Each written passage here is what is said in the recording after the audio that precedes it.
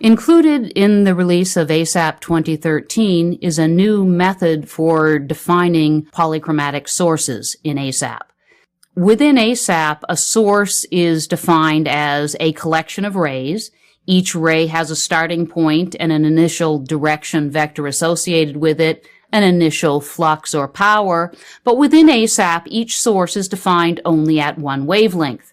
If you need to do an analysis on your system based upon multiple wavelengths, then what you need to do is to define multiple sources, each source at each specific wavelength. This will still be the case in ASAP 2013, but we've included a lot of tools in ASAP now to define multiple wavelength sources, especially those based on CIE standard illuminance or possibly mathematical functions. Now let's take a look at how all of this works. What you'll see in front of you now on this screen is basically the spectral distribution of several sources using the temperature correlated D sources. And in particular, we've created a series of sources at 5,000, 5,500, 6,000 Kelvin, etc., all the way up through 20,000 degrees Kelvin. And you can see all of those over there. What I'd like to do now is to show you some of the basic functionality that's included with the source polychromatic and how you go about setting up a polychromatic source within ASAP. And let me open up a small file here, and we'll talk about some of the changes within the ASAP file.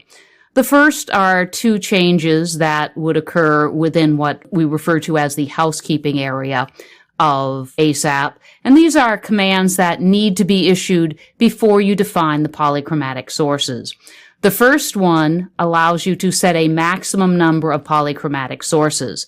You can set this to any number that you would like, but keep in mind that as you define the maximum number of polychromatic sources, ASAP will be setting aside memory space. So just because you can say you will have a maximum of 1,000 polychromatic sources, for example, if you're only going to have 2 or 3, I would recommend you set it to a lower number. The next option is to set the maximum number of CIE configurations. ASAP will allow you to save information about any number of CIE configurations, but this is the first fundamental change that you would notice if you wanted to use a polychromatic source. The other is simply down in your source definition itself. First off, your polychromatic source must start with a typically defined ASAP source. So in this particular case, I've simply defined an elliptical grid of rays coming from a point source. Then what I do is I define my spectrally weighted source. In this particular case, I'm going to use a CIE D50 source. Okay, built into ASAP are functions for the CIE A, C, D50, 55, 65, 75, and E sources, as well as the standards for fluorescent F1 through F12. If you wish to use any of those lighting distributions, then you'll simply be able to call those in from the built-in functions, and that's all you'll need to do.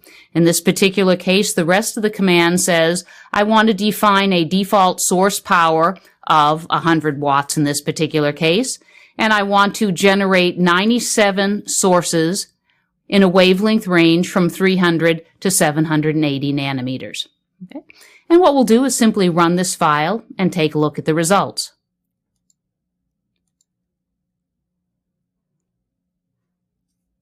Okay, so the first part, we're simply looking at the rays, and in this case, the ray vector length indicates the power of the source. And as you'll notice, the different colors extend different lengths because different rays of different wavelengths have more or less energy.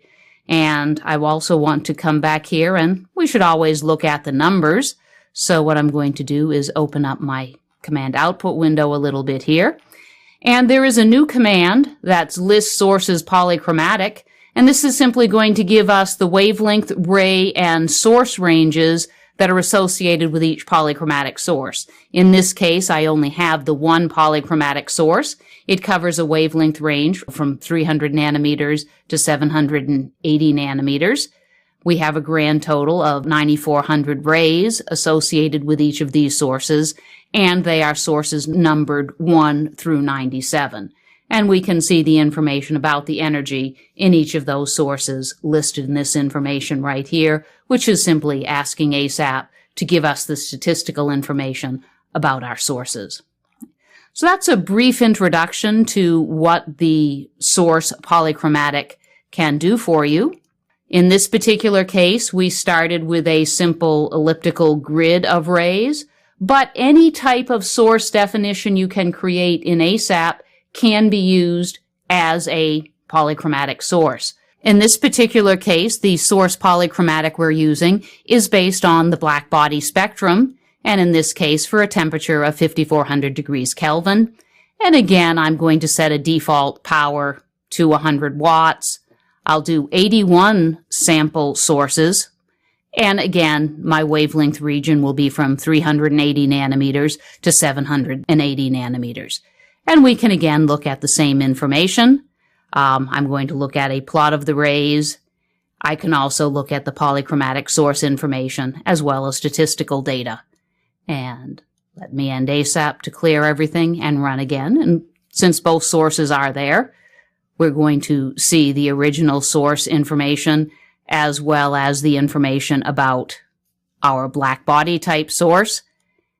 And if we zoom in on the black body information, we can see that we have again a difference in energy associated with each source as a function of the spectral power in each particular wavelength. We can again look at the data that's reported out in the command output window. In this case, because we have the two different polychromatic sources, we have the information about each of the sources. You'll notice we are going to have multiple sources at particular wavelengths, depending upon what our wavelength spectrum is, and that's not a problem, and we can isolate ray information, again, either based on its source or based on a wavelength. And if we have a common wavelength, then we will get information about all sources that contribute at any particular wavelength. And again, the distribution of energy at each particular wavelength, the first group being from our first source, and the second group of sources come from our black body definition. Now, within the source polychromatic, we've looked at, so far, a black body type source, Planck distribution, where you simply need to enter the black body temperature.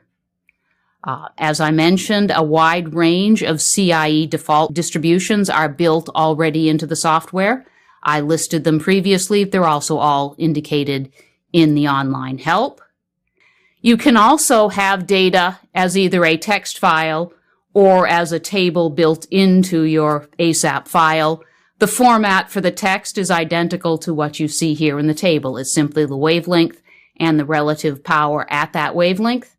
For instance, maybe the D50 source in ASAP is based on 5 nanometer intervals. If you have data at 1 nanometer intervals or some other interval that you would prefer to use, you can simply create the text file or the table of data and use that instead.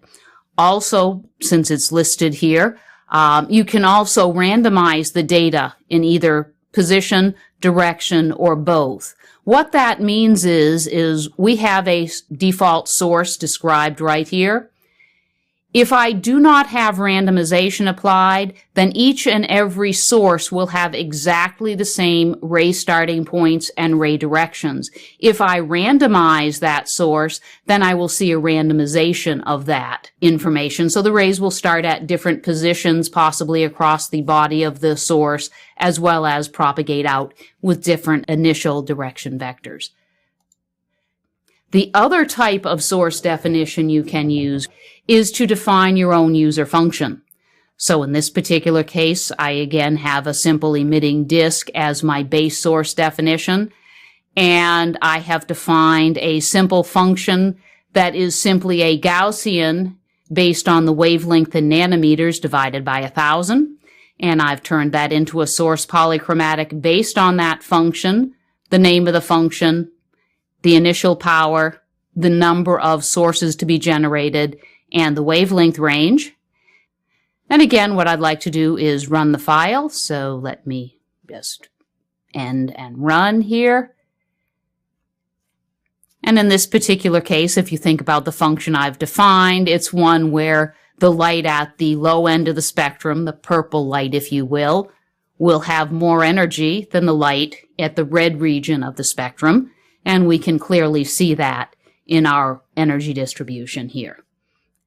And again, we can take a look at the energy distribution into each of our defined sources. So you will still need to have a separate source for each wavelength of interest, but with ASAP 2013, it's going to be much easier for you to define those sources, especially if it's going to be based on a reference standard such as any of the CIE standard illuminants.